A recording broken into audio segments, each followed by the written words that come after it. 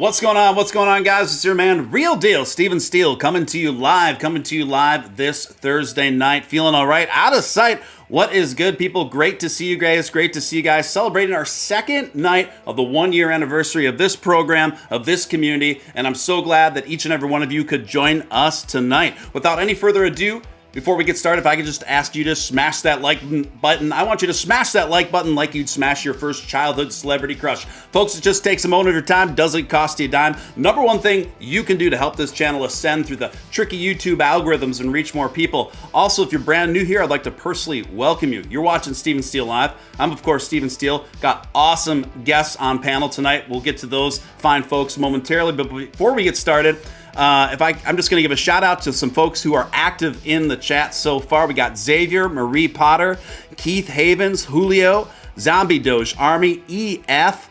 Who else? We got me, you, Alan Schneider, Keith, of course, 7-1, me, you. I think I said that already.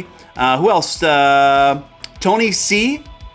And a whole bunch of other folks. Jason Huffman coming in as well. Andy Shirley. Great to see you guys. Obviously, huge super chats are hugely appreciated for the time and efforts put in.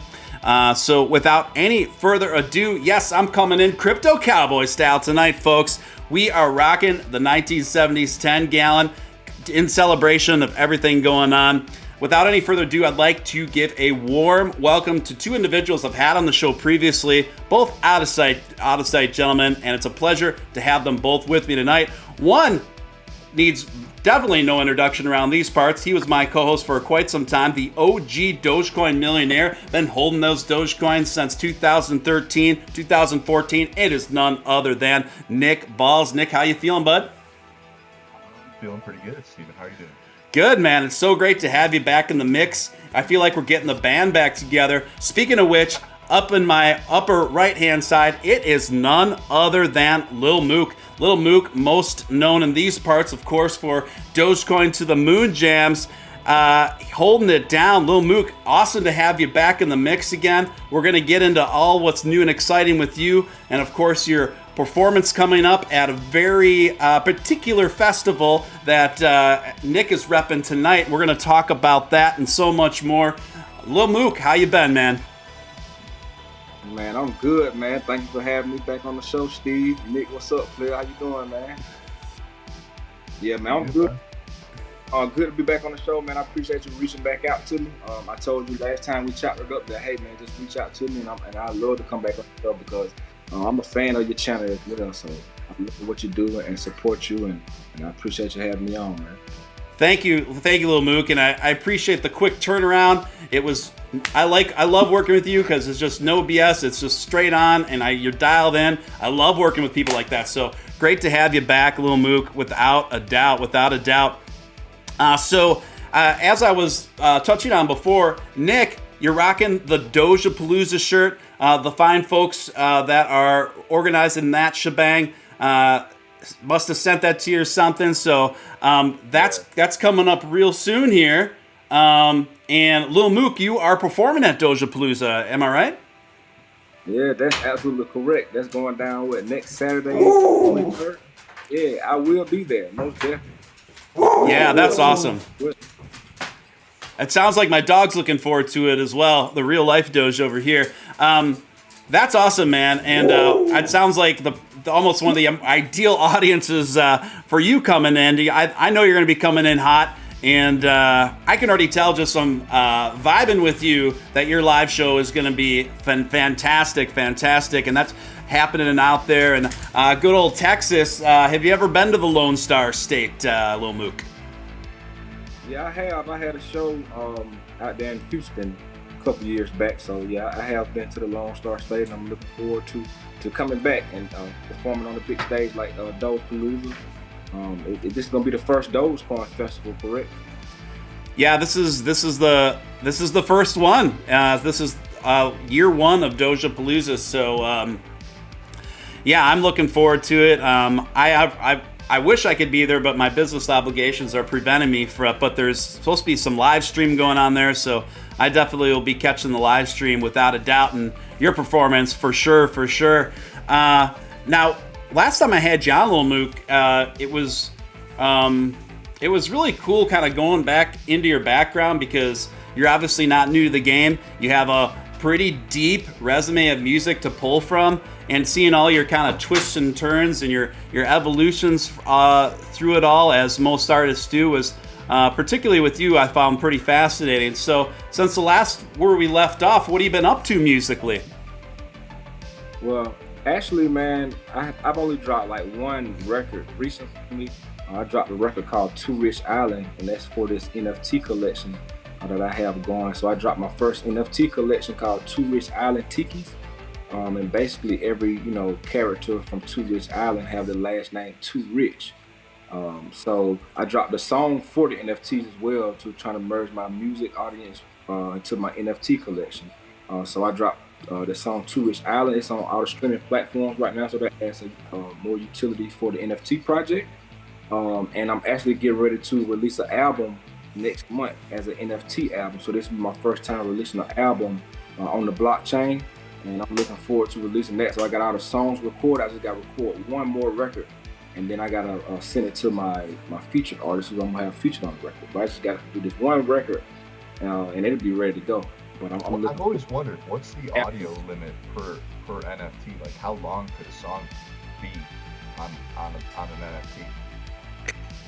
Well, it's gonna be an album. It's not gonna be like one record. It's gonna be a whole album. Is each track gonna be an individual NFT? Well, this is what we're gonna do, because basically you got to merge all the records in one file. So it's gonna be one file, but it's gonna be unlockable content. So the unlockable content is going to be to where you get the streaming format of the record. So basically, you get a download link for the album once you buy it. And also gonna be one audio file as well. So you'll be able to listen to it from one audio aspect, and then once you download unlockable content, then you'll be able to play each song individually. See, that's how people should be doing NFTs. Like, I feel like a lot of people put out NFTs and they don't provide content along with them. Like, that's how it should be done. Like, that's how it should go. That's dope. Yeah, so we're gonna do the unlockable content. So it's gonna be like 3 items that's going to be unlockable. The album artwork will be done here soon, and I'm gonna release that on Twitter. And then, then I start rolling out some of the unlockable content for the album when it releases, of course. That's awesome. That's awesome. Jason Huffman, first super chat of the night, coming in with $10. Appreciate that. Jason says, have to head out working. I will catch the replay show. Hope you all have a great show. Appreciate it, Jason. Thanks for your continued support of the program. Really, really appreciate it. Really appreciate it. That's really interesting. So, I was aware that you had launched a pretty ambitious NFT project. And could you just name that track one more time for us? What's that track called, Little Mook? Is he frozen? I think he's frozen. Am I frozen? Can you hear me, Nick? I can hear you. Yeah, I think he froze up. Okay, so Lil Mook, maybe try logging out and logging in, because that can be kind of a common way just to remedy a Discord freezing up. So maybe try that. In the meantime, we're going to bring in Coco. Coco, are you with us? Coco Nakamoto. Hello, buddy. All right, good to have you in the mix, Coco. How you feeling? Okay.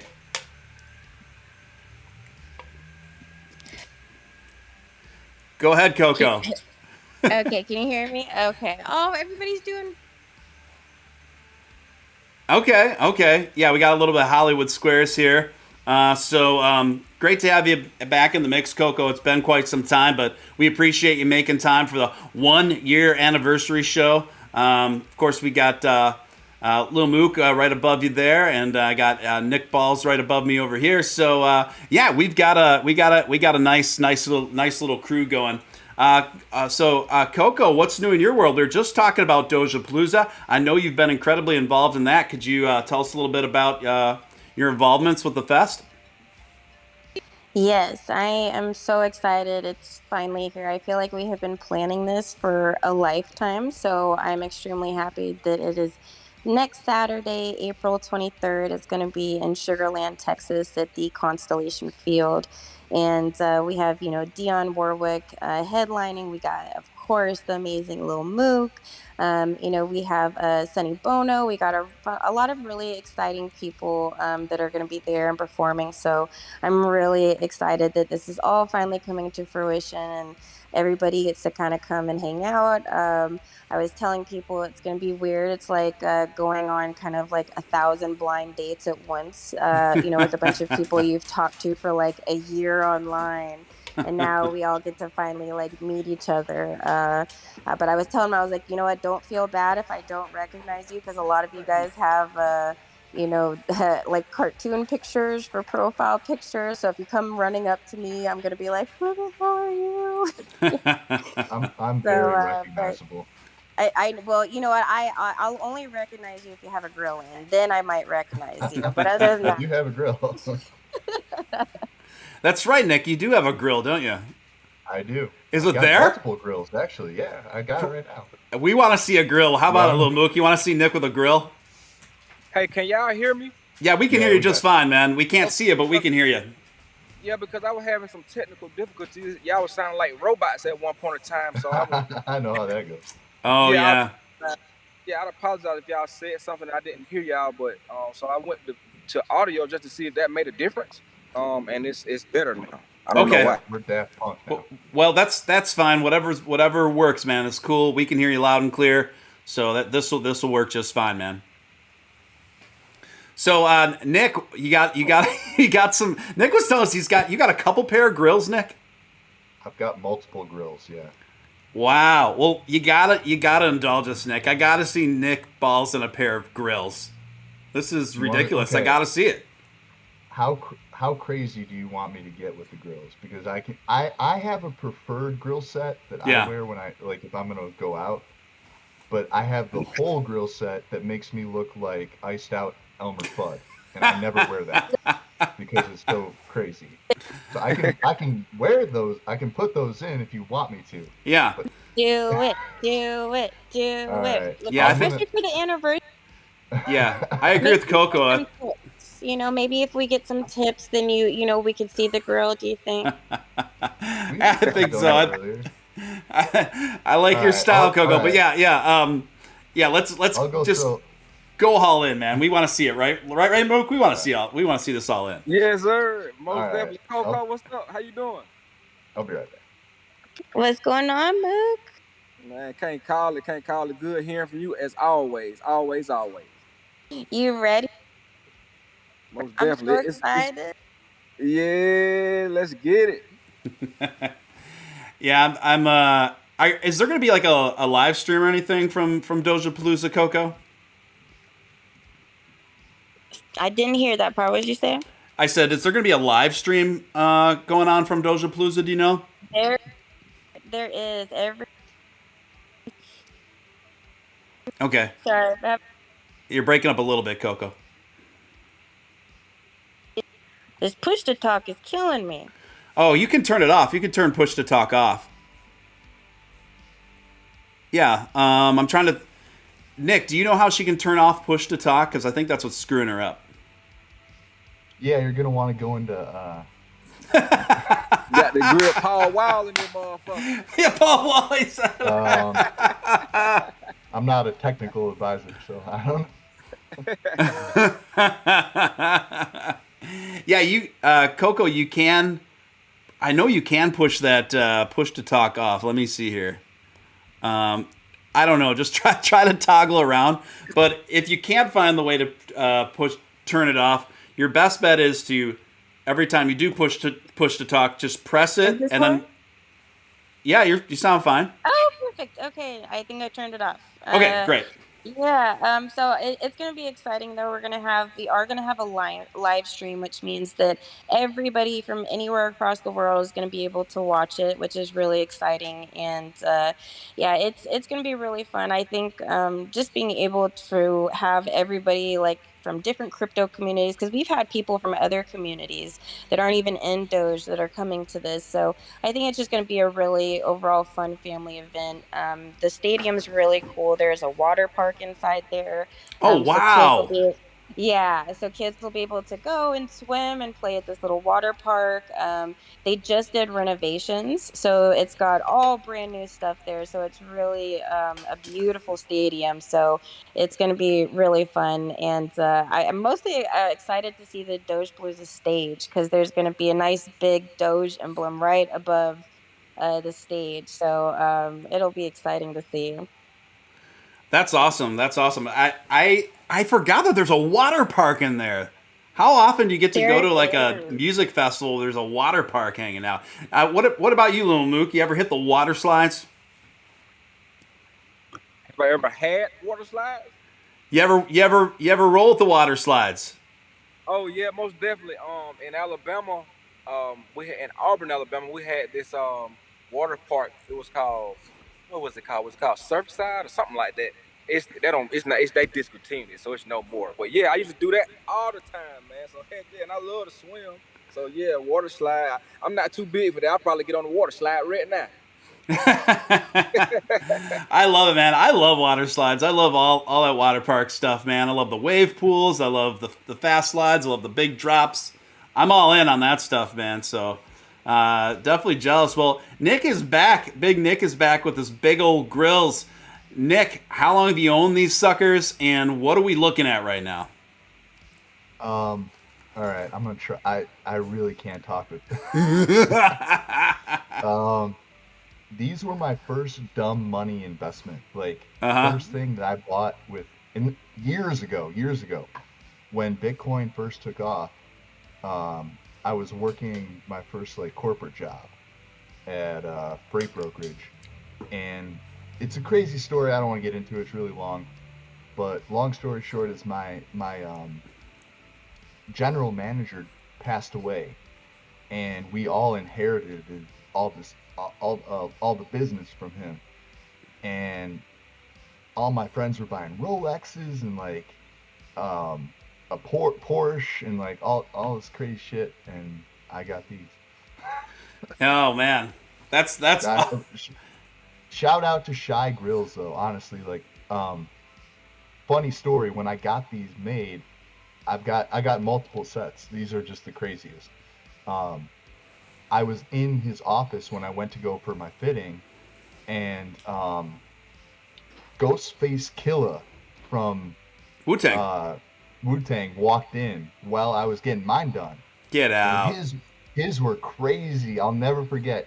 He had an all yellow gold top set done with the Wu Tang emblem in the middle of the two fronts, and on either side, like he had fangs like on your cat on your canines, and on either fang, the fangs were made out of the um, comedy and tragedy faces, you know, like the Yeah. happy and the yeah, and in the eyes of them were emeralds. It was crazy. I've never seen anything like it.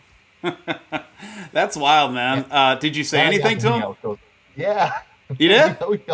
we hung out because we had to get them fitted, and it took like um, I think I was in there for about an hour, you know, getting the molds and everything, and he was about doing the same thing. So yeah, we hung out for like a couple hours. It was crazy.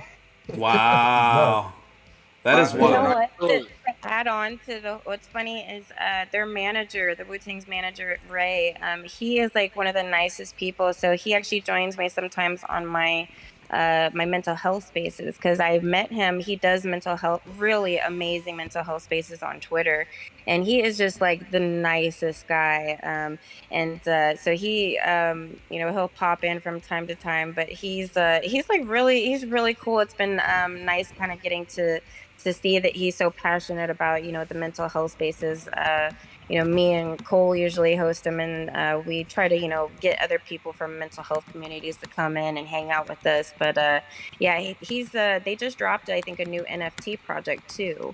Him and Method Man, because I know my Rima is actually been supporting that project too, and it's really cool. Actually, that's my current profile picture on Twitter is one of the pictures from their new NFT project. So yeah, they're good people, really are. Yeah, yeah, right on. So Coco and Lil Mook, do you guys have any grills? Or do you ever kick the grills?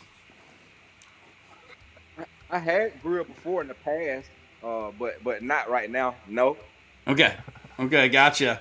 Well, I mean, I think everybody had a grill. I mean, when you growing up, I think everybody wanted a grill. I remember back in the day, we used to I put wanted aluminum. one. Girl, I Everybody, mean, we that used was to the put aluminum. thing. Everybody wanted one, especially like, when Paul Wall and Mike Jones and all that. I mean, like, that all, I mean, that they started a lot of that. So it's just like once that came out, even I just remember I was like, oh, I want a bottom grill. I want the platinum, but then I want pink diamonds. Like, you know what? I'd be lying if I said the younger kid in me still doesn't want a grill. So, who knows? Maybe one day.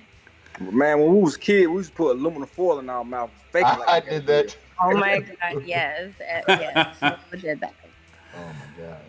yeah, I always thought they were kind of cool and interesting, but I was also, fortunately, even at a younger age, self-aware enough to know that I'm not the man to pull it off with my steez. So Now, the crazy part is when I got these, I was hanging out with when I grew up around like punk rocker people yeah. with like mohawks and like leather jacket. Now I've seen some punk rock dudes kick grills now and again. Yeah, I was you the were one guy of them. with, like, Yeah, you were one of them. yeah, Okay. I mean, I was also doing other things with, but I'm sure you were. yeah, Ah, it was people thought I was crazy, and I probably am. I mean, I I mean, I'll bought be this, honest. Most people don't know, but I actually secretly got to see that picture of Nick with grills like long time ago, like eight like a months year ago. ago. And you know what was so funny is I was like, you know what? He can actually rock it. Like he can kind of rock the grill. I can see it. Like I like it. I can feel it. wow. My girlfriend Yeah. hates it.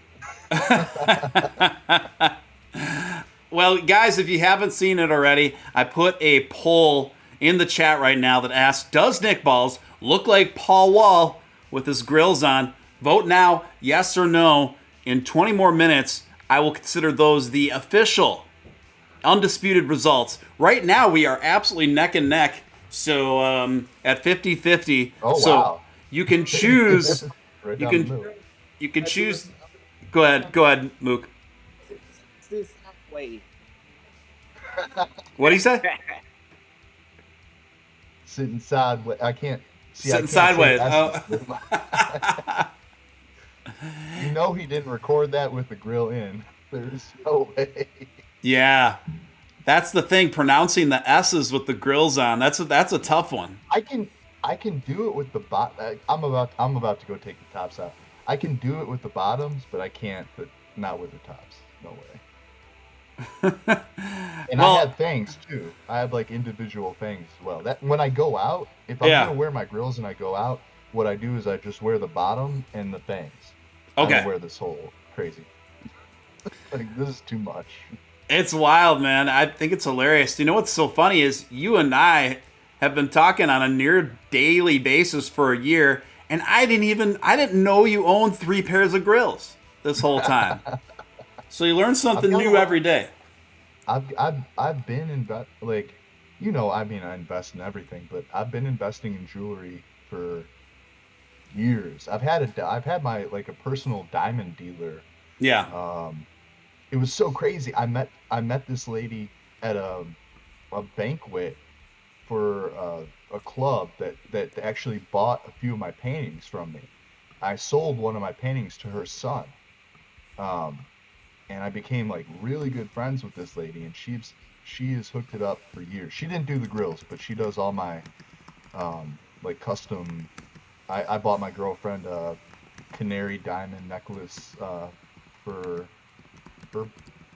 our anniversary, and diamond earrings and shit. All my diamonds I get from this one person. Wow. Wow, that's awesome. Well, like I said, learn something new every day. I've been talking to you almost every day in some form or another, usually through text for almost a year now. I didn't know this about you. All right, I'm gonna go take the tops out because I cannot talk with these things in, bro. Okay, I'll be well, right back. while you're sorting that, I'd like to pivot back to Lil Mook. So, Lil Mook, this new single of yours, I assume it's live now on like Spotify, Apple Music, SoundCloud, all that. Yeah, I dropped it on all the streaming platforms. It's called Too Rich Island. Like I said, it's really for the Too Rich Island Tiki NFTs. I just Okay. wanted to create, like I said, I just wanted to create a record for it as well to kind of merge my music audience with the NFTs. So it's a new single. It's a great record. I like the record, so we're gonna do a video for it as well. And I got my album dropping, so I haven't put out a full body of work since 2020. In 2020, I dropped two albums. I dropped Unfinished Business, and I dropped a mixtape called 30 Days, which I wrote and recorded and put out in 30 days. So I haven't dropped a full length album since then. So that's why I'm looking forward to putting out this project because, since I've gained a bigger following, I haven't put out a full length album. So to do it as an NFT as well, I'm definitely excited about that. I think that's awesome, man, and I love the artwork. From what I've seen from the project too, it looks real strong. It looks fun too, really fun, and it's cool to see you be on the forefront of the NFT scene as it relates to the musical artist aspect of it.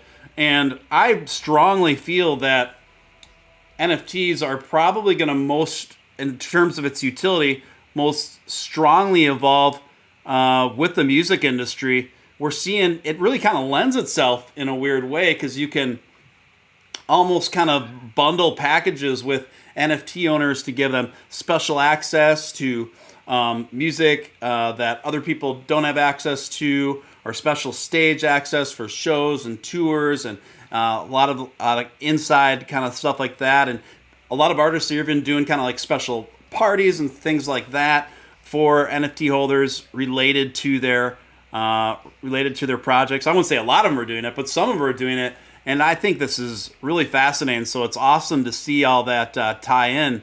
And what would you say, Lil Mook, sound wise, where you're at these days, and like where you kind of been headed, like sound and vibe wise? Well, honestly, man, I just been trying to make a project to where I'm just talking about real stuff, not just rhyming, just rhyming words. Mm-hmm. So, right now I'm just in a headspace of, just creating great content, music with great content, because a lot of my fans, they like to hear me doing a lot of trap rap. Of course, I'm gonna have some of that in there as well, but I'm just trying to elevate and talk about more things. The headspace I'm in now, I'm in a whole different area. I'm in a whole different vibe right now. So I'm just putting my life in my music. And there's just one thing I notice when I listen to music that I love is because they're saying some real stuff. They're not just rhyming words. Because in the past I've done that, just rhyming words. I went back and listened to some of my old music. I'm like, no. But people like that. But to further my career and just to take it to the next level, I know I have to dig deep and create better content and just stuff that just dig deep. You know what I mean? Yeah, I know exactly what you mean. And speaking from someone who used to make their living off of as a recording artist for about 10 years, I can tell you firsthand, and we've talked about this before, Lil Mook, the people that end up even making any sort of name for themselves in music are people that have a really strong drive in terms of their hustle, but not only in their hustle, but people that are always pushing themselves musically and artistically to get better. They never rest on the laurels of what they've accomplished. They're always trying to up their game and musically, and always trying to do better and better. And you definitely strike me as one of those people. Man, most definitely. I appreciate that, man. Like I can record a song and won't even put it out simply because I'm like, okay, I can do better than that. So I'm real, tedious in my process, you know what I mean? But when I do it, it's easy, you know what I'm saying? Like when I write a record like that Too Rich Island record, I wrote it one day, recorded it the next day, and I was done with it. You know what I mean? Like I can write a full album, no problem. So I just want to dig a little deeper with this project and just talk about real stuff that I'm going through, even if I'm not going through, somebody that I know is going through it. So, and like I said, just not rhyming words. You don't have to just rhyme words. People want to hear real stuff, real situations that people are going through. So that's where I'm at right now with my music. Okay, right on. I can definitely respect that. So, Lil Mook, Coco, you two will definitely be crossing paths not before too long in Sugarland, Texas. I got to find out the the origin. It's such a cool name for a town, Sugarland. I mean, I feel like I got to run for mayor of Sugarland. I gotta go down there and make it happen. I mean, you got the look. I feel like I haven't been there yet. I feel like you have the look. You know, you got the jean jacket. You know, you got the bandana, the cowboy hat. I feel like you can bring the whole vibe there. So I'm already vote for Steele. You got my vote, hands down. I love it. I'll have to make you my campaign manager. Well, I'll move to Sugarland, Texas. Let's take over that town. Steele for mayor of Sugarland, Texas. Obviously, Doge is going to be the official currency there.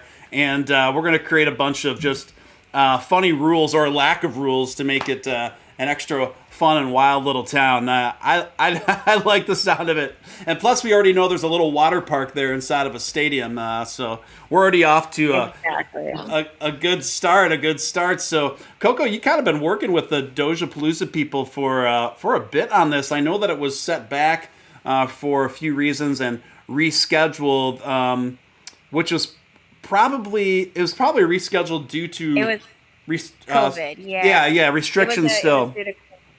Yeah, and so you know what? It actually ended up working out so much better because now we really don't have a lot of people are going to be able to have a lot more fun just with less regulations, and now it's going to be a little bit warmer there because originally it was set for October and we pushed it back. So it ended up being a good thing that we pushed it back, and it gave us more time to get more artists and to get more vendors. So we have a lot of really exciting things that are going to be there. It's going to be fun because it's going to be family fun during the day, and then at night we're going to have stuff for everybody. The adults will be able to kind of let their hair down and have fun.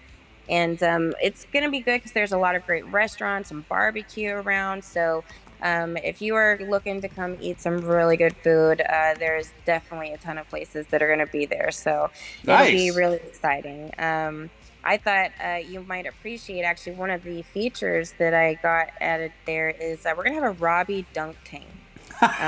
So Robbie will be there, and he's my gosh! Oh, he's coming, and if you would like to dunk Robbie, which I cannot wait, this is going to be my favorite part of. Yeah, I think that's where you'll be spending most of your time. Yes, I plan on dunking him as. I mean, you already dunk Robbie every day on Twitter.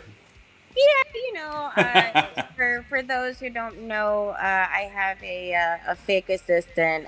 He's a real person, but not quite really my assistant. But it started out as just kind of a running joke. But what's funny about Robbie is he will literally DM me and be like, "Can you roast me? I'm having a rough day. I need you to just roast me." And he literally just loves it. He loves the abuse. I'm sure it ties back into some mommy thing or something. I think it does too. Yeah. Oh, look at your pups. Oh, your pups is so cute. Yeah, that's my real life Doge. This is Remy. Some folks call her Rem, but she always has to make a cameo appearance. She always makes her way up to the mic here at some point. It's okay. You know what? If Remy wants to replace you the rest of the show, we can just look at her the rest of the time. It's totally fine. Yeah, she's definitely easier on the eyes. Yeah, I don't know about that. But yeah, Robbie will be there. His thing is he went from being my assistant to now he calls himself the greatest influencer in the world, and tweets all day long how handsome and attractive he is, and that we're all jealous that we're not as successful of an influencer as him. So he is quite the riot. So yeah, we'll have a Robbie dunk tank there, which I'll be definitely looking forward to. Remy, you gotta chill. I'm sorry I can't play with you right now. I'm so sad you don't get to be there, Steven. I know. It's my business, my day business has just been really taken off, and it's just requiring 12, 15-hour days for me pretty consistently lately. So it's just what I gotta do, Well, you know what? Business is business, and as long as it's booming, then it's nothing but a good thing. Yeah, I definitely plan on being there the following year and planning around it, and probably spending. I'd love to take enough time where I can spend more than at least a few days there, even outside of the festival. I really like Texas a lot. I got family down there, and wanted us to podcast it. live, right? You remember that? Yeah. Originally, what's the fellow's name? Greg. Yeah, Greg reached out to me, and Hmm. we were talking about maybe working together, but then it got rescheduled, and then life happens sometimes. But Life happens. yeah. But I'm super stoked about it. I'm really stoked to learn that there's going to be a live stream from Dojapalooza because Yes. I'll be all over that ish, and I know that Little Mook's going to bring the fire. I've kind of deep dived on Little Mook's music career, and I've seen the performances, I've seen the music videos, I've seen the energy, and of course I've listened to a pretty good amount of the music, and so I think he's an ideal artist to be playing the first annual Dojapalooza. Little Mook, are you excited? Are you stoked? Heck yeah, I'm excited, man. This will be my first time performing on Dogecoin to the Moon, that record. And I'm looking forward to meeting, you guys. Well, you say you're not gonna be there, so but I'm looking forward to meeting some of the people from the Dogecoin community that's been following me on Twitter for the past couple of years. So, and I'm excited to perform that record, and heck yeah, I'm excited, man. Excited to meet Coco, excited to meet Greg and Sadie, and the whole Dojapalooza team. Well, I can tell you, Mook, you were actually one of the very first people that we all were like, we have to get Mook to come and perform Dogecoin to the Moon. Like, you were one of the very first people we all wanted to come and perform. So you were definitely like a no-brainer. We had to have Mook. It was, I mean, Wow. you've supported the Dogecoin for a long time, and I mean, that's what the thing is, anybody that was even supporting us a year and a half ago was far ahead of anybody else. And Wow. Luca, you dropping this NFT album is like a game changer, and I think that that's what makes a great artist is always trying to, innovate yourself and get yourself in somewhere, that is going to be the next big thing because that's what makes you stand out from the rest. So I'm so excited to see you and get to hang out with you and the family and everything. Thank you, Coco. I appreciate you saying those kind words, man. So I'm gonna be dropping the artwork for the album soon, and you already know I try to incorporate Dogecoin in everything I Yeah, do. So wait till you guys see the album cover. Oh so Oh yeah. boy. excited. Okay. All right. We get the little hint there. Looking Yeah, forward to it, yeah, man. yeah. Nice. Nice. Well, I know you're gonna rep it strong, my friend. Guys, I just put a link to a tweet. If you're on Twitter, if you'd be so kind to retweet it. It's simply a link to the show, so your fellow community members know that we are currently live. If you guys would consider doing that, hugely appreciated. If you're just tuning in, you're watching Steven Steele live. I'm of course Steven Steele. We're just having kind of a powwow celebrating 1 year, about 1 year ago, since the inception of this channel, this community. We may not be the biggest, but we are the best. I know I'm a bit biased, but honestly, the folks that we've attracted here and the community here has just been so incredibly cool, supportive, and positive. And we always manage to have a lot of fun here no matter what that crazy market is doing. So, again, I want to give everyone here a warm thanks for your continued support. And it's so cool to make all these new friendships over this time as well. It's been awesome. We got Nick Ballz to my left here. We got Lil Mook below and Coco, Chanel Nakamoto right below Nick there. And we're doing it too at Hollywood Square style. We're talking about Dojapalooza, of course. Lil Mook performing Dojapalooza. Coco, you're an organizer essentially there, yeah? Yeah, so I'm their official spokesperson. So That's right. yeah, and what's funny is actually how this all got started was Sadie and Greg met in my chat. My chat, I was having a businesses and charities chat, and he came up to talk about his idea of wanting to do a festival for Doge. And Sadie was like, "Oh my God, that's crazy! I want to do a festival for Doge."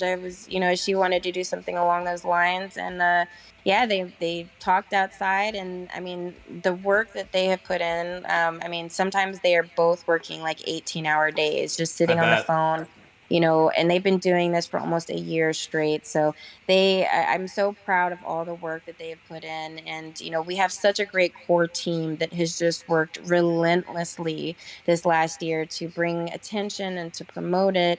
And we've all overcame so many obstacles. So the fact that we have stayed such a strong, tight team and have made this happen is just so exciting. Everybody's got their plane tickets booked. We got our hotels set. So now it's just we get to go and have fun.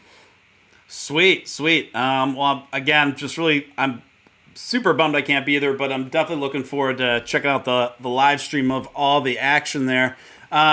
Nick, so it's been quite some time since you've been on. I want to talk about this just a little bit because it's obviously huge news for the day. But I'm also thinking about you guys after this stream. I might do an additional.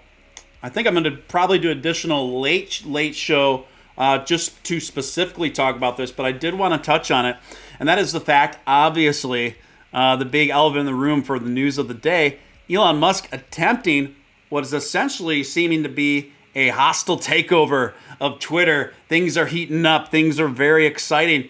And what I wanted to pass this off to you, Nick, first is I saw you tweet about this about 2 days ago. You said that you thought that that's what Elon Musk was planning, a hostile takeover. Most people said that was incorrect. I felt that it was a possibility, but wasn't quite sure what to make heads or tails of. Right now, you are the prophet in the room. This is exactly what's going on. What do you say, Nick? You're the perfect guy to ask. At this juncture, where do you think it's going from here? Surprise, surprise. The crystal balls strikes again. Gosh, I mean, there's so much that can go into this. And by the way, I swapped it out. Now I've got the fangs, and I've got my Voltron ring. That was my first anniversary gift to my girlfriend. We both got matching Voltron rings from Deadpool. Wow. So Elon has once again run economic, mental, and just systematic gymnastics around the SEC, Twitter, and the known universe. Like, this dude is playing chess in 5 dimensions. It's crazy. So, as far as hostile takeovers go, there are a few different paths to the final destination, as it were. Twitter, as a publicly traded company, has an obligation to its shareholders to provide value. If they are not doing that, they are going against their fiduciary duties as a publicly traded company, which means the board of directors, if found guilty of not producing obvious value, could be diluted. The shareholders could sue Twitter for not taking advantage of an opportunity, and this is where I'm going to kind of transition here. Elon Musk has put them into a corner where they have no option. For example, if Twitter decides to not take this offer, they are purposefully keeping their shareholders from massive profits. We're not talking about a few dollars here and there. We're talking about the difference of billions of dollars of profit, which is what Elon is essentially adding value to this company. So if Twitter denies him this opportunity, he could just, by the way, if Twitter says, no, thank you, we don't want the deal, he could just buy the shares for fair market value. It would be cheaper, by the way, to do this, which would be the traditional style of a hostile takeover. Now, there's a few different ways that they could fight this, and there's a few different ways that he could win. A proxy war could get fought, where Twitter, as a company, purposefully dilutes the value of their shares and tries to fend off this attack, or whatever you want to call it, from Elon to take over the company. Now, by doing this, they are opening themselves up from a different route as to a company like Google, Alphabet, or Facebook coming in and swooping those diluted shares up at a discount. So by doing this to themselves, they could essentially they would open themselves up to another attack from an outside source. The whole thing is brilliant because either way, whatever happens, Elon wins, right? I think a lot of people are making a big like deal that Elon purchased Twitter shares and he didn't disclose it in a given time frame. It doesn't matter. The penalty from the SEC for doing this is essentially meaningless in the grand scheme of things. And not to mention, people are like, well, if he does this, he's going to make a ton of money, either way. Actually, if Elon decides to, let's say he wants to sell his shares, right? Like Yeah. he just wants to sell all of his Twitter stock if people don't agree with what he's doing or if Twitter doesn't allow him to become the owner of the company, he's not going to make a ton of money off of the sale of these shares, even though the value has increased. Right. You got to think about things like taxes and fees and all this other stuff that goes into it. He'd be lucky actually to break even if this goes on in that direction. So he's not going to make money if he is forced to sell his shares, which I don't believe he wants to do. I believe he wants to take over Twitter. And he's given himself a route and access to do that in various, you could do it from a bunch of different angles, which is so incredibly smart. And by the way, I've been a Twitter shareholder for a long time. I think I bought my shares in 2015 or 2016, and I've continuously added over time. But yeah, I mean, I love it. I think he's put himself in a position just to win whatever ends up happening. Elon wins, which is, I think I've spoken about this on the show before. When I bought Dogecoin back in 2014, I put myself in a position to win no matter what, and that's the position you want to be in life. If you're a rapper, or if you're an artist, or if you're an investor like me, you want to be in a position where you, no matter what, you win. You win every time, and that's what Elon's done. I love it.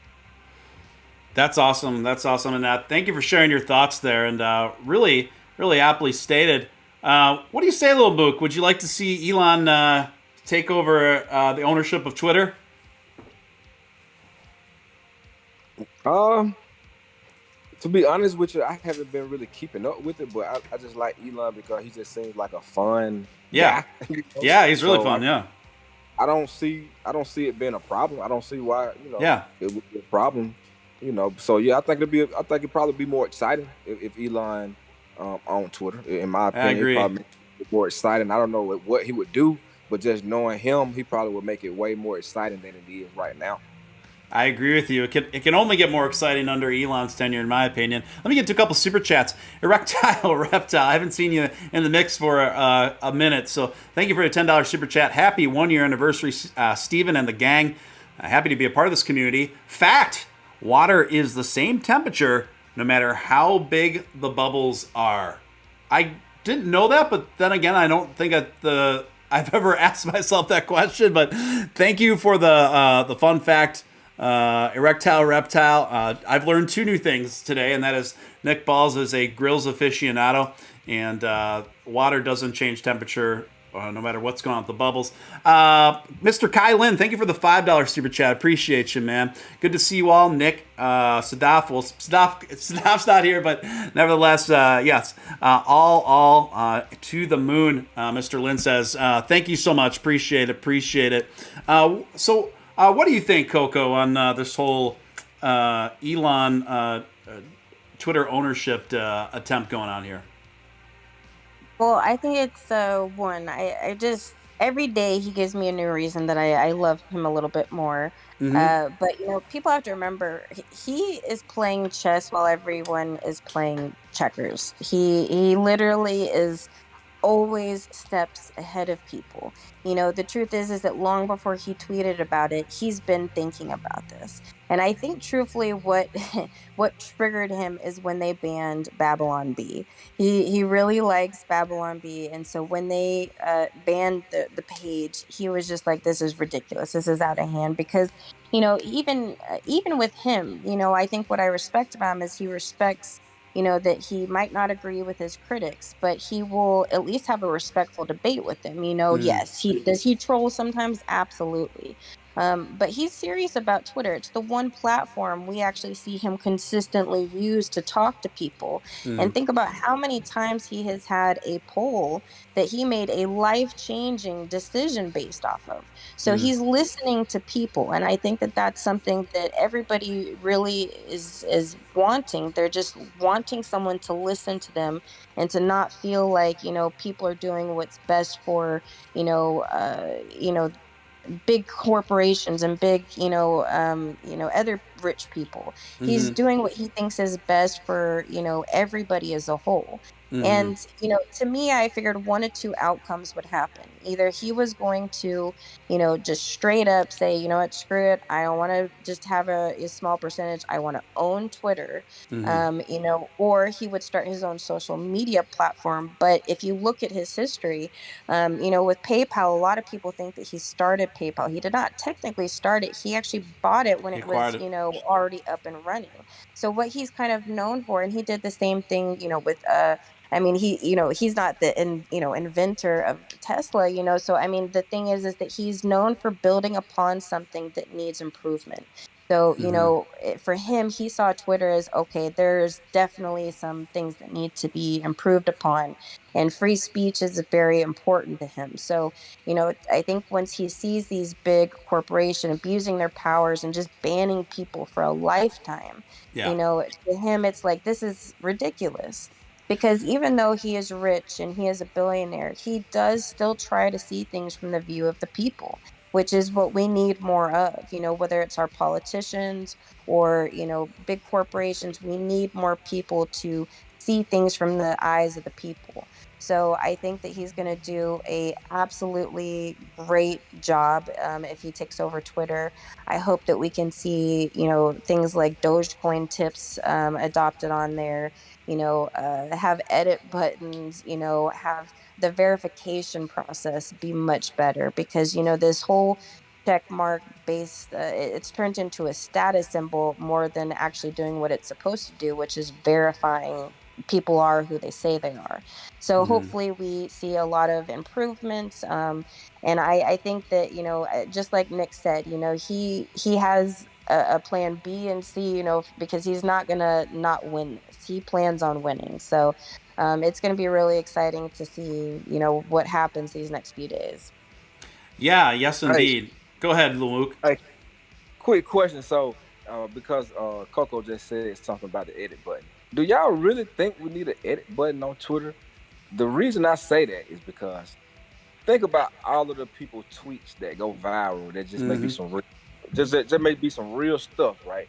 May get, I don't know, 20,000 retweets, so on and so forth. Just one of those viral tweets. What if they go back in, edit that tweet, and put their mixtape link up there, as if their mixtape went viral? You dig what I'm saying? Yeah, I think your concern is a very real one. I know that Elon signaled to a tweet that made a proposal that he thought was pretty reasonable, and I think it's a pretty good solution to it. And that would be have an edit feature, but that you can only edit within the first few minutes after you tweet. Number one, and Well, number so two.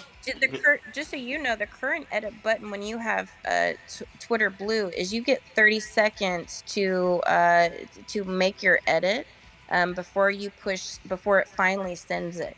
So I think this would be a feature that would be I think available to everybody, and it would be longer than 30 seconds because do I think that we really need to edit button for longer than a few minutes? No, but I know I so many times will tweet and say, "Oh crap, I misspelled this," or "I put the Right. wrong date." So I do think for at least a good minute, sure, let's have an edit button.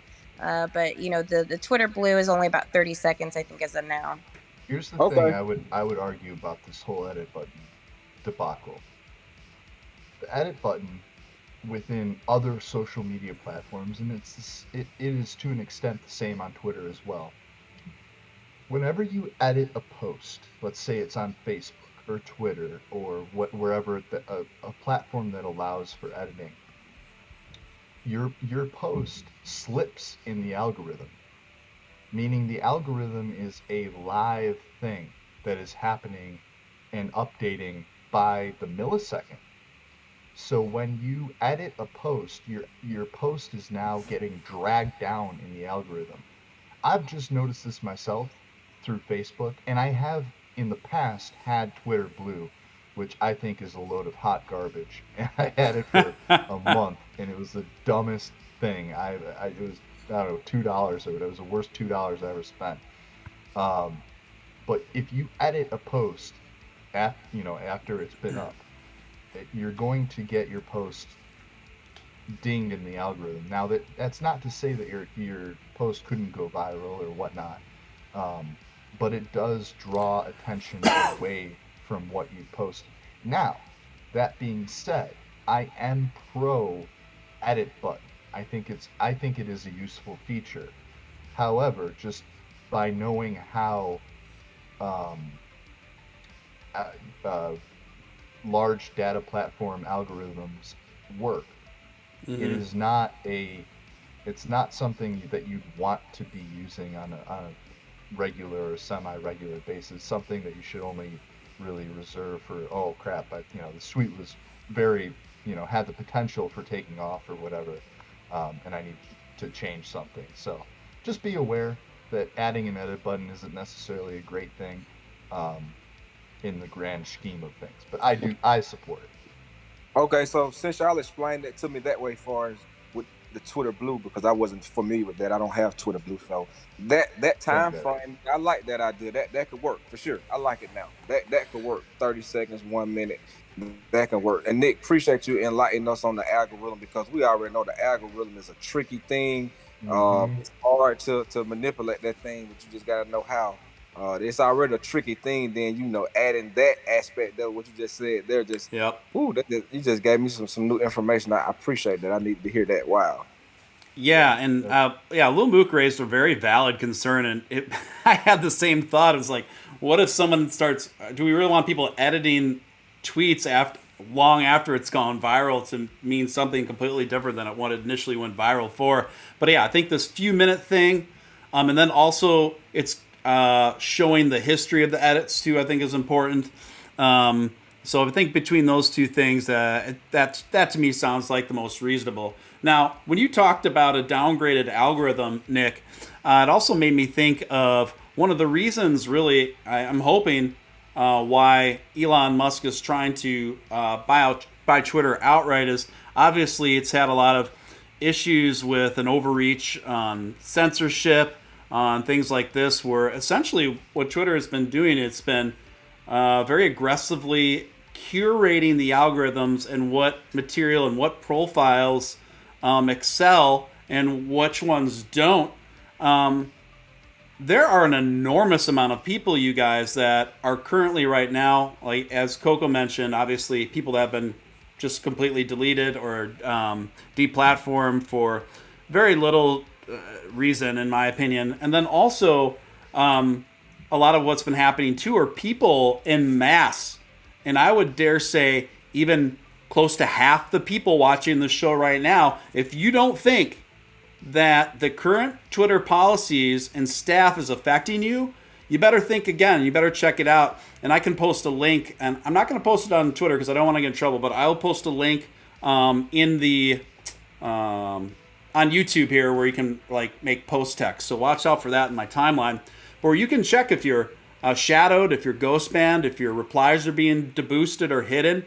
And I've been checking with a lot of people I know, and it's probably about 50-50 on the people that are, including a lot of very prominent names within crypto and more specifically Doge. So essentially what's happening here, which I find really terrible, is the current staff right now is not only discriminating against people that have perhaps opinions that they don't personally care for in their echo chamber, but also just merely interests. Several of people on that curate that are responsible for curating this stuff on the Twitter staff are known to be huge haters of cryptocurrency, and so here we have people being en masse being ghost banned and shadow banned simply for being interested in Dogecoin or cryptocurrency. So it's already enough that this level of censorship's taking place if you have certain opinions they don't care for, but it's not. You don't even have to do that for that to kick in on you. You just merely have to have opinions that they don't care for. This is absolutely ridiculous, absolutely uncalled for, particularly since Twitter is essentially the de facto public space. I hope Elon comes in. I hope he steps in. I hope he squashes this shit, because someone's got to. And I think Elon's the only man with the resources to handle it. What are your guys' thoughts? I mean, I agree. I look at it like this. I've never been shadow banned. I've never had a hard time accumulating followers. There's periods I go without tweeting, for sure. But as far as other social media platforms, as just on top of Twitter, I was given one of the original Facebook accounts when I was going to college when it took off. So you had to have a college login to get on Facebook back then. I was one of the original. I was, joined Twitter the first year or second year it opened. I've been a member of all of these social media networks forever, and I have never had any issue. And I tweet about crypto. That's all I tweet about is cryptocurrency for the most part. Yeah.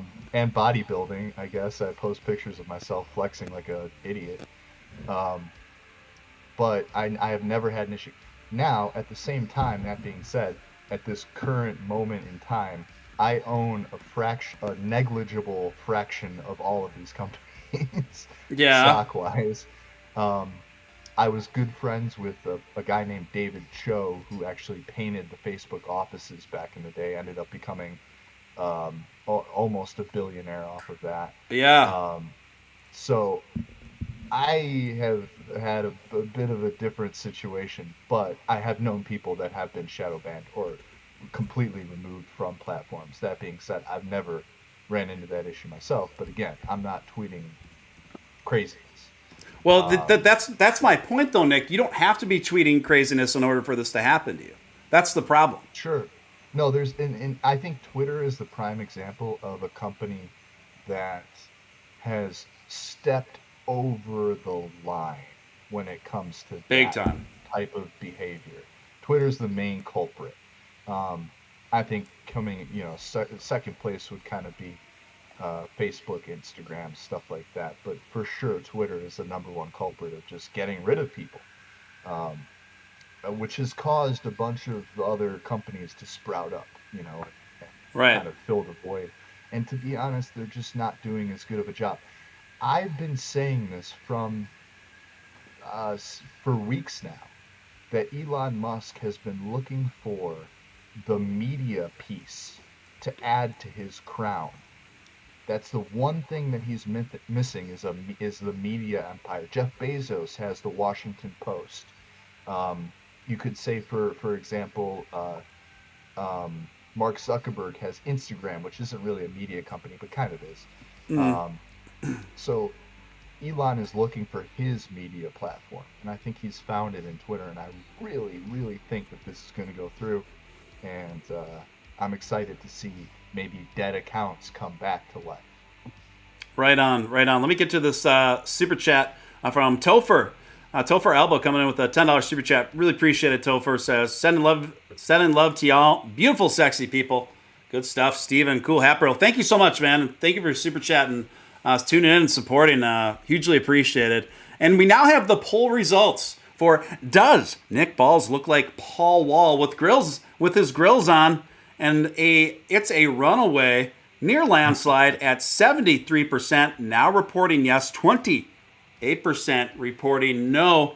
It is conclusive. Nick, you absolutely look like Paul Wall with your grills on. It's official, sir. Take that one to the bank. I've met Paul Wall, and you do kind of look like him. So it's I'm telling you, there was no way you weren't winning that poll. What I want to see. Guy, too. He lost a lot of weight. Good for Paul Wall. I know he has. He's I love the direction that he's been going in lately. He's been opening up a lot more about his life and doing some really cool stuff. So yeah, it's good to see him doing good. Yeah, right on. I would love to see a track featuring Lil Mook and Paul Wall, and then Nick Oh, can be that'd in be the sick. video with his with this, make a cameo with his grills in the video. How about that, Lil I'll Mook? Would that be bring you something and you Claire. up for? Yeah, that'd be hard. That'd be hard. Yeah, there'll be twins. There'll be twins on that motherfucker. You know what I'm saying? I'll bring my. I know. What is Paul Wall? I think he rides a. I'm pretty sure he's got a Rolls Royce on. In Texas, they do this thing where they put the wheel out like super Oh far. yeah, Yeah, with the spokes, like, and they coming down. yeah. I think he's got a Rolls Royce with those with the crazy spokes on there. I'll bring the McLaren down, and we can have a little Texas video shoot. There we go. Yeah, maybe. Yeah, we gotta shoot it in Sugarland, Sugarland, Texas. Paul I know, Wall, right? Lil Mook, and Nick coming in for a cameo for the. You could be Paul Wall's stunt double. I could be. You could I Paul Wall's probably stunt could be. Paul Wall's stunt double. You know what you could be? You could be. And if they want to make Paul Wall look more fit and jacked and buff, they just do like They can just put side his shots face from you. behind- Yeah, yeah. There we Yeah. go. And you know Oh, what? Just to touch on what you were saying though, because I actually do have experience with being shadow banned. I had that experience on Instagram, oddly enough. I've used probably every social media platform, and Instagram has became my least favorite. And it mm, used to be my absolute favorite, but ever since, like, it seems like once Facebook really like kind of took over, it just became impossible to like post anything. I actually got shadow banned when I had I was basically posting in support of Black Lives Matter, and I got shadow banned, and That's crazy, man. On they never Instagram. gave me a hmm. reason. They never nothing, and it was like 6 months that On I couldn't Instagram, comment. Yeah, That's and crazy. it was something that other people had posted. was it It like was footage or like was it?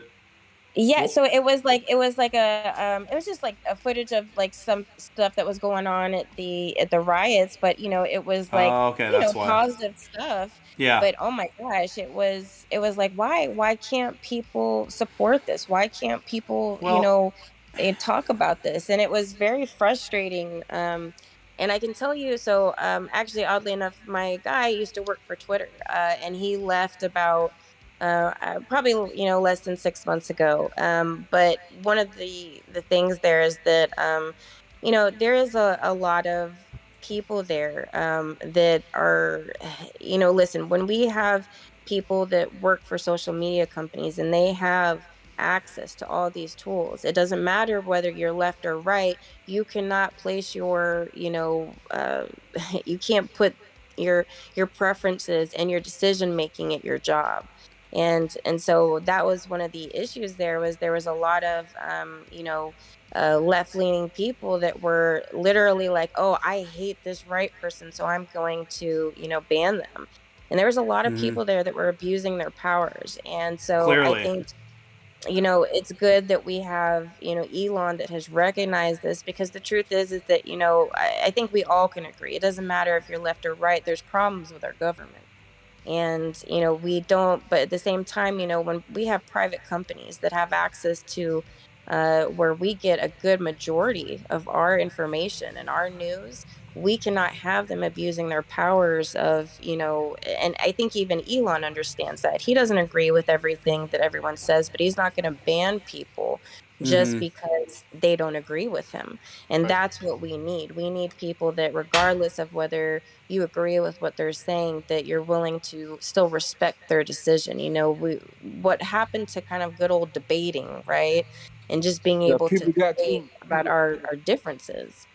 Yeah, go ahead, man, Mook. no, I was just saying, like, people too. I don't know. They let anything tick them off. I don't know. People are so sensitive right now. That's the word Mm-hmm. I'm looking for. Mm-hmm. People are too sensitive. That's Mm-hmm. why. I Mm-hmm. don't know why people are so sensitive right now, but people are too sensitive. They try to counsel you about anything, Yep. So Yep. to see these people shadow ban and stuff like that, I mean, I don't think that's right. And I experienced that the same thing on Instagram too, Coco. On my little Mook personal profile back in like 2015, 16 or something like that, I had like 20, 30,000 followers, and whole account just got deleted. I restarted it, but ever since then, I haven't been rocking with Instagram, and I just been on Twitter. I don't even be on Facebook, Instagram, and none of that stuff. I just strictly be on Twitter, honestly.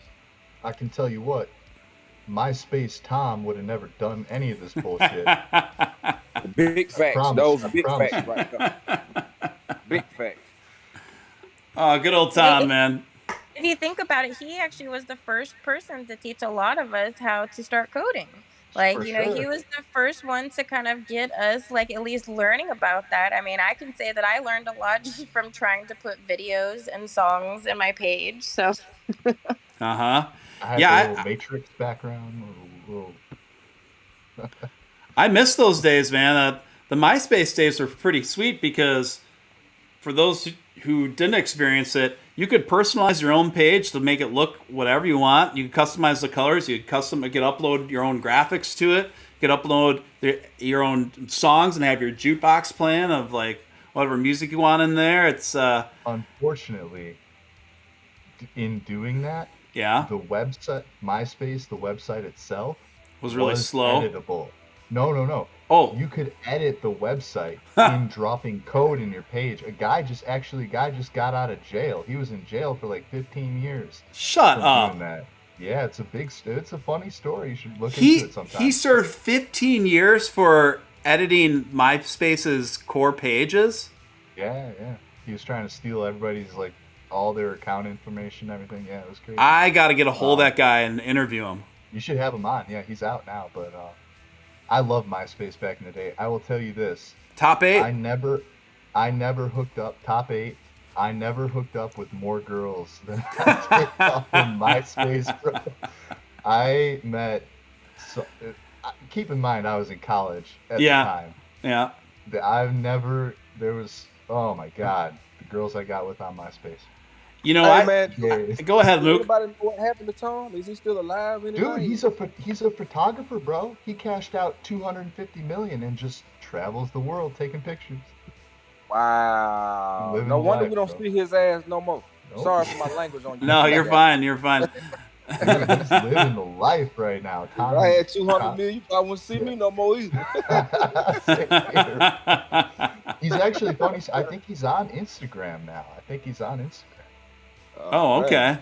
What about you, Mook? Were you holding it down on MySpace back in the day? Oh, heck yeah. That's MySpace one of the first, actually maybe the first platform that I uploaded my music to. Yep. I think Napster was around first, correct? Yep. Was Napster one of the first streaming? That was like platforms? First downloaded Right. So MySpace, heck yeah, I used to love MySpace. You know, as an artist, we used to go to other people's profiles, see how many plays they got. Yeah. You know what I'm saying? Man. So on MySpace, you could listen, see how many plays somebody got. So you looking like, man, I got to get my plays up. Man, such and such got so many plays, I got to get my plays up. You dig what I'm saying? Yeah. I mean, MySpace, I'm very thankful for MySpace. MySpace launched my music career. That's where all my connections really happened. That's where I got my record deal.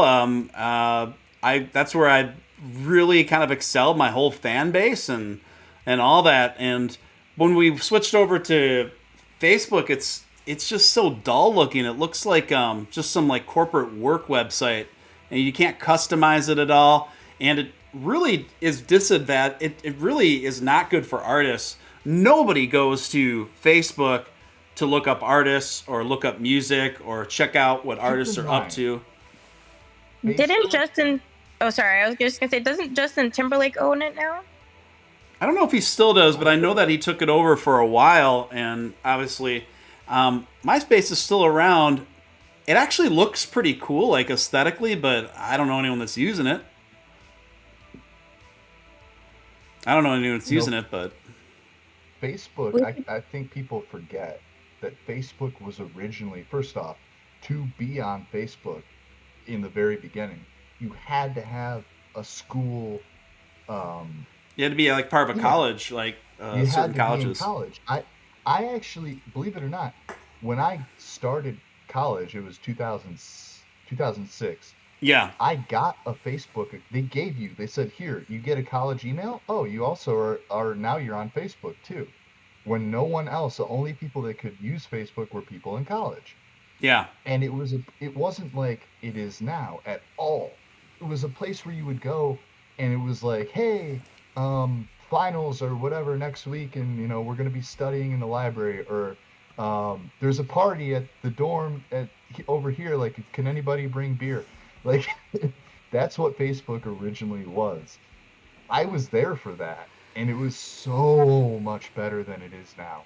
Now Facebook is your uncle and your grandma arguing about, like, whatever they saw on cable news. Yeah, the lizard people are coming to take your babies or whatever. I don't know, but Facebook has devolved into madness. I hate it. I can't stand it.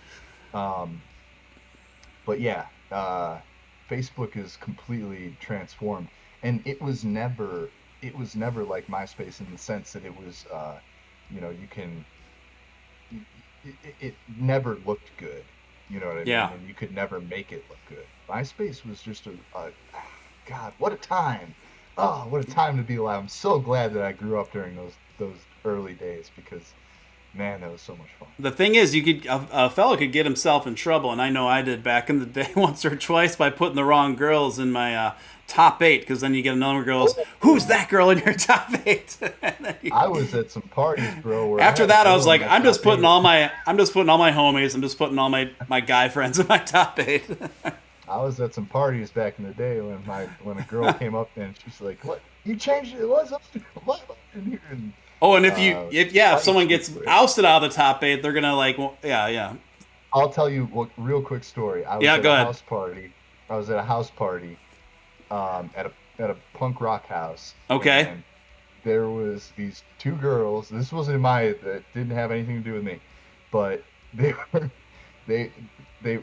were arguing about being on different dudes. Like, one guy had them both, and they found out, and they get into this brawl, and this girl is just wrecking this other girl's face, and over top 8.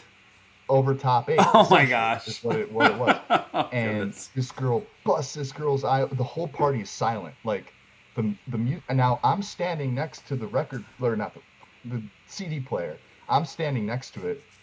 Whole party's silent. This girl is just beating this girl up, and she drags her out of the house. Close the door. Everybody's still silent, and I just happened to press play. Like, as soon as they left, I pressed play, and it was Beastie Boys' Brass Monkey. I'll never forget. So everybody's like, and then I just dun dun dun dun. Yeah. It was hilarious. And my buddy standing next to me, he hit pause and he's like, "You can't play that after girls fight." I was like, "Why?" It's great. Oh, that's awesome. That's hilarious. Julio coming in with a $5 super chat saying, "I support the current thing." I too support the current thing, sir. Thank you so much for that. We've been on for about 80 minutes now, and just more people keeps coming in. So I'm like, oh, this is interesting. It's just usually doesn't work that way. But it's great to see. If you're new here, you've been watching Steven Steele live. I'm of course Steven Steele. Feel free to hit subscribe, hit all that notification bell, because we've got an awesome community here. I want you to be a part of it. Zombie Doge Army coming in with a $5 super chat with a Shiba Inu super sticker on there. Appreciate that, my friend. Well, guys, I'm gonna kind of start winding this one down, but I want to let the room know, and I want to let, I'm sure all 3 of you guys are tuckered out, but if any of you want to, feel free to join me in the Discord on the next stream. I'm going to take about a 45-minute break, everyone, and I'm going to come in back on to just exclusively cover the Elon Twitter situation and a few other crypto-related news things.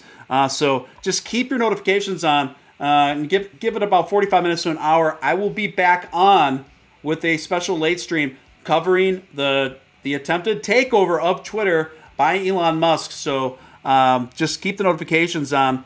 Guys, Lil Mook performing at Dojapalooza. coming up. Lil Mook, where can people find you and your music, sir? You can follow me on Twitter. That's at Lil Mook, LILMOOK, the number 4, real, Lil Mook for real. And my music is on my website, lilmook.com. I kind of took a lot of my music off the streaming platforms because they don't pay much money. So I really feel like they messing over on artists. So I just went the direct consumer route, lilmook.com, if you want to look at my music. But I'm still going to be putting, a couple of records on some of the streaming platforms. But look for my new NFT project I got coming out next month. It's going to be titled Mook Too Rich, a play off my Too Rich Island Tiki's collection, NFT collection, that's minting live right now. You can go to toorichisland.com. Follow us on Twitter as well, Too Rich Island, the number 2, Too Rich Island Tiki's. So I appreciate y'all for having me, Steven, Nick, good to see you again, dog. Keep doing what you're doing with your bodybuilding. You know what I'm saying? I'm trying to get on your level. Coco. Thanks, bro. Always good hearing from you, Coco. Look forward to seeing you at Dojapalooza. See you next week. Yeah. So y'all can follow me on all those platforms. I appreciate y'all for sure. Awesome. Thank you so much, Lil Mook. And Coco, where can folks find you? You can find me on Twitter.